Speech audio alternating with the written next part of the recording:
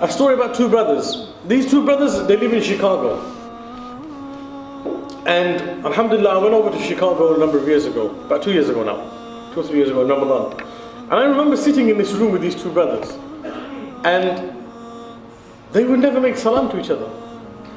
Never ever make salam to each other. And I used to wonder, like, guys, how do you do this?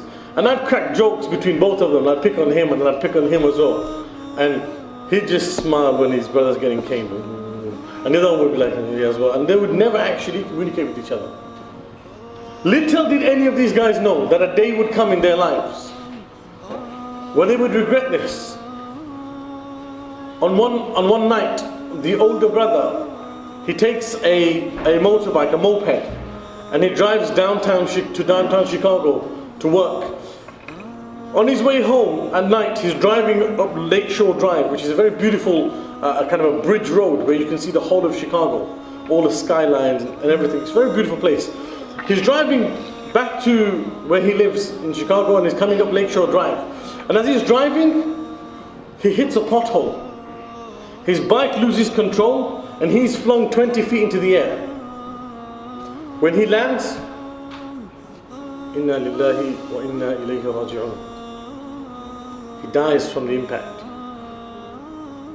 I pray to Allah subhanahu wa ta'ala that He give my brother Abdul Ahad a lofty place in Jannah, inshaAllah.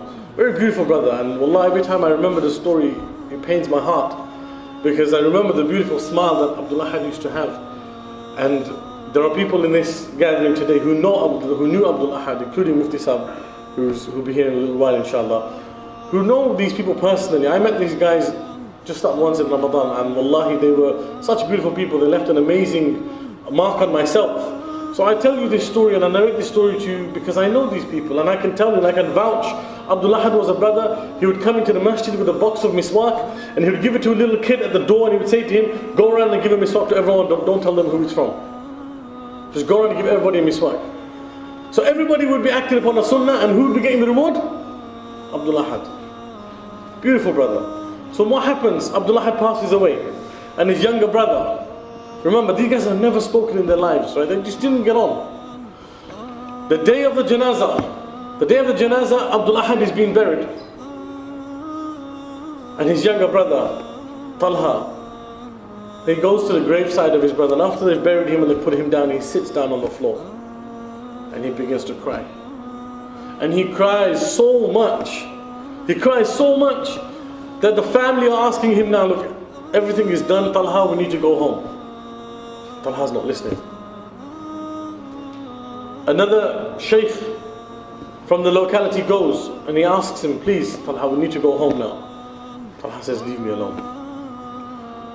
Until he becomes so stubborn that the family then requests Mufti Hussain to go in and speak to him.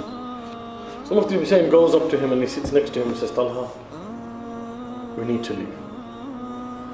And Talha looks at Mufti Sahib, and his face is wet from the tears. He looks at Mufti Sahib and he says, Mufti Sahib, please let me stay here. I just want to spend time with Ahad because I never spent any time when he was alive. I want to spend time with him.